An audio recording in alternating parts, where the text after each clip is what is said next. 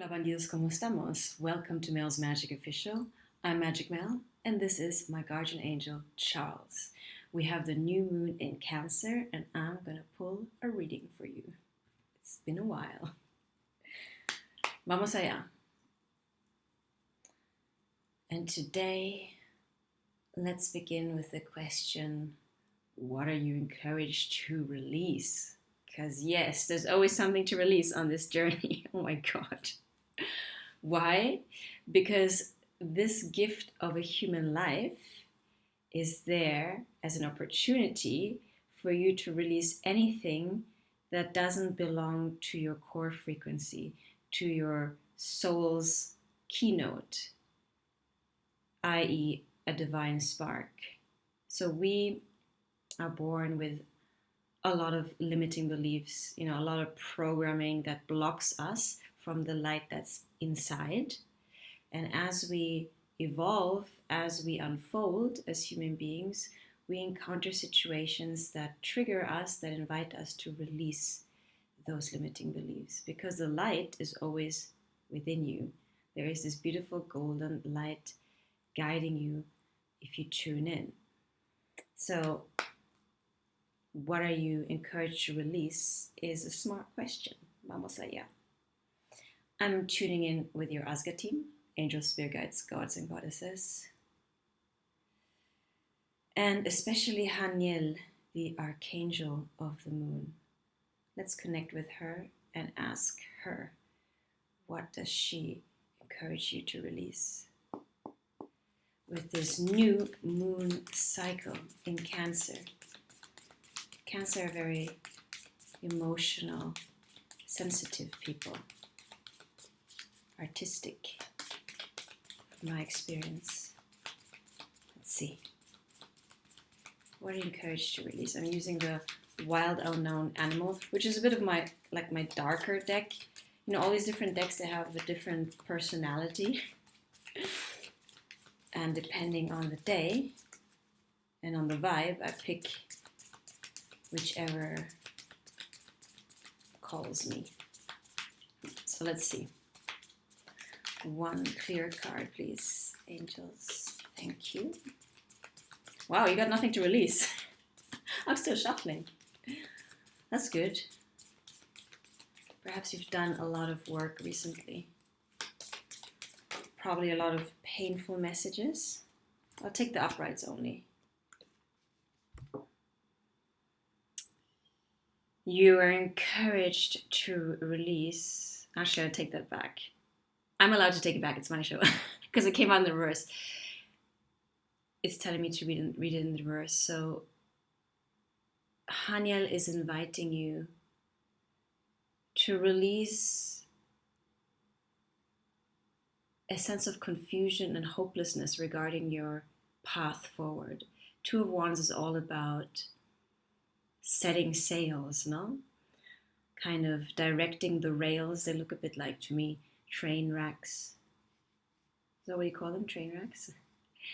And they're heading in a specific direction. Perhaps you've been confused in the recent past about your direction, which direction to orient yourself towards. And if you look in the background, it's literally the colors of the rainbow, also related to our chakra system. It kind of says confusion regarding, your way or even the frequency you're supposed to operate in. Now let me unpack that. When we encounter difficult moments that really shake us, it's only human not to feel pain or grief or sadness.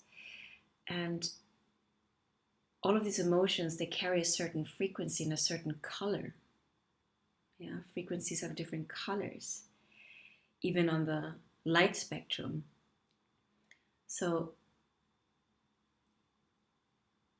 you're invited to release the hopelessness and to trust that even the heaviest and densest emotions can be transmuted. How? By reminding yourself that you're whole and holy and that everything serves you. Especially, this is necessary to remind yourself when you're going through a challenging time. All is well. Everything is happening for you, not to you. And coming from that sense of wholeness, knowing that everything serves you, also the pain, also the despair, that's when you're able to transmute the emotions, transmute your consciousness. And watching a lot of David Guiam's podcasts where he speaks about Kabbalah, he teaches Kabbalah. And essentially, what this journey is about is this amazing opportunity to transform our vessel, our consciousness, to receive more of the light of the Creator, to embody more of that light. So basically, Haniel says, reminds you, don't despair. Release the need for control. Accept disorientation. Because once you stop resisting and once you stop struggling against whatever you're going through, then we are in a stance of allowance, and then the universe can reflect answers, solutions to you, because you're no longer, you literally transmuted your vessel from resistance into acceptance. That's already a shift in consciousness. Yeah. So you tell me, have you been going through a difficult time where you felt confused about which way to go? Release the struggle is what your angels, especially Haniel, is encouraging you to do. Now, with this new moon in Cancer, what is the environmental energy surrounding you, which you're encouraged to tap into? Thank you so much. Let's see. Because as you know, there's always us, micro, and the macro. And it's wise to swim with the current, not against the current. So, came out in reverse again. Gosh. This time, my intuition says, take it upright. The Empress. The environmental energy is encouraging you to tap into your own divine feminine energy. The Empress is all for queens, no? Queen of Swords, Queen of Wands, Queen of Cups, and Queen of Pentacles. That means it is the frequency of the divine feminine embodied as the Empress. So attracting rather than running after things. The environmental energy is just waiting for you to tap into that frequency. Again, coming back to wholeness, no? Knowing that you lack nothing. One of the most pervasive programs we've been inculcated with is the program of lack. That you're not ... enough, that you're not, or that you don't have enough, tongue twister. But coming from the consciousness that, hey, you are whole and holy, that you lack nothing, because you are a fractal of life. You contain the entire universe. Coming from that consciousness attracts. You magnetize things. Because we live in a holographic universe, no? So whatever you embody, you attract. If you embody lack, you attract lack. If you embody wholeness, you attract wholeness. That's how unconditional the universe is. The universe loves you no matter what. It even loves you when you believe that you lack something. So don't let the outer conditions define you. Circumstances don't matter, only state of being matters, quoting Bashar here. So tap into your own inner Empress, that divine feminine energy within you, regardless of your gender, which speaks through your intuition, the soul of your voice, the voice of your soul. And the voice of your soul is very factual. It doesn't scream, it's not dramatic, it's just like a knowing. Boom. And for us to tune into that voice, we got to calm the mind, we got to be still so we can perceive that voice. So, how is your mindfulness practice? It's a weird word, no, mindfulness. Do you spend time contemplating, meditating, coming back to stillness, coming back to receiving mode, receptive mode, so that you can receive the guidance of your inner empress? The environmental energy is just there for you to tap into, but you got to create the space, and then you'll be guided. And that will lead you out of that confusion also. The intuitive voice linked to your soul will guide you on your own path of evolution, because we're all evolving. No, especially now, the great shift, the turn of the ages, where we are almost pressured by the extreme amounts of light hitting us to release the darkness, to embody, to create a bigger vessel to embody the light. So that pressure might manifest in chaos in your life, in crises, because what the universe is doing is essentially pushing you, forcing you to release the old programming.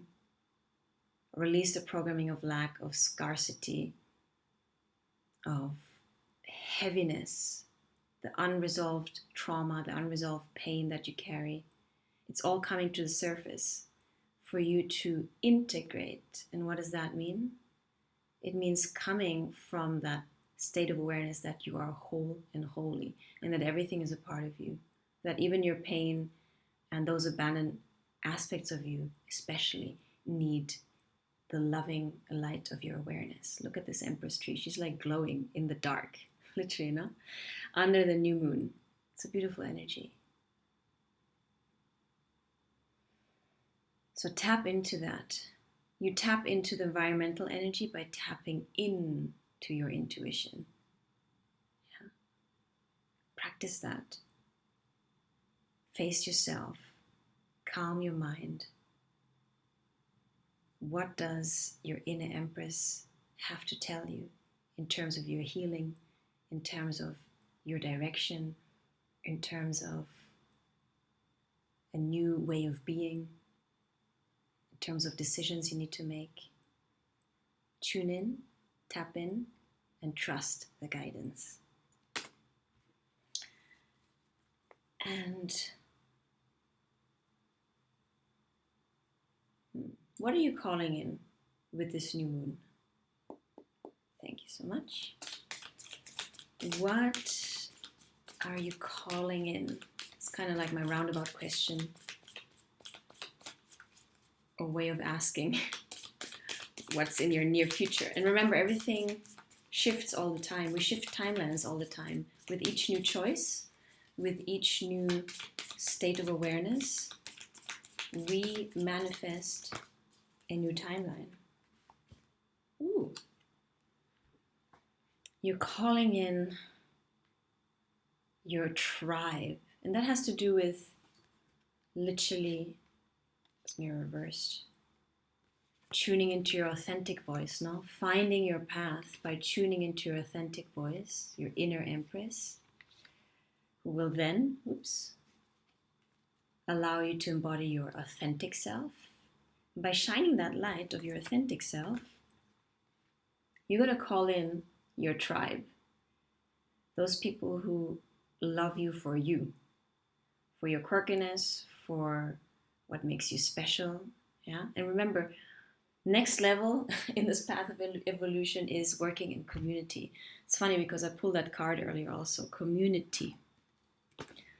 We're supposed to do things in community, not in isolation. Although part of your healing, no, has been in isolation, but then the next step is interdependence, calling in your soul tribe. So trust that by following the nudges and the wisdom of your inner empress, she will allow you to express yourself in a new way, to embody a new way of being, which then, as a consequence, will call in those who really resonate with you from your core frequency. Three of Cups is all about reunions and sharing and warmth. Ooh, it's difficult to say. Literally, July, summer month, no?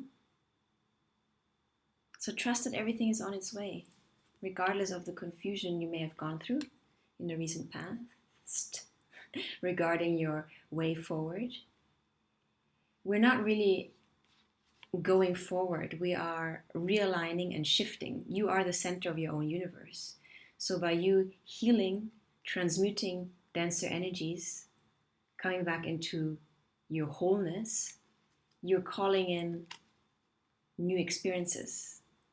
Essentially, you are at the center and you're calling in, you're attracting things, places, circumstances, people that reflect this new state of being. So nurture that. It's all about embodying more of the divine feminine, regardless of your gender. We've all suffered from toxic femininity, toxic masculinity. It's all been distorted, no?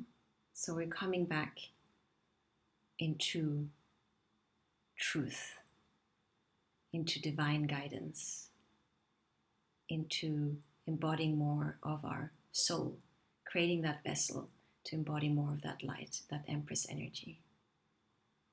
Okay, bandidos? I need a drink, a water drink. So I hope this was useful for you. I'm kind of mellow, you can hear it in my voice now, and I got to paste together this video. Happy new moon in Cancer. Let me know if any of this resonated with you, and we shall pull another reading very soon. Va? Venga. Satnam. Stay tuned. Charles and Magic Mel have your back. We're doing this together. Ciao, bandidos.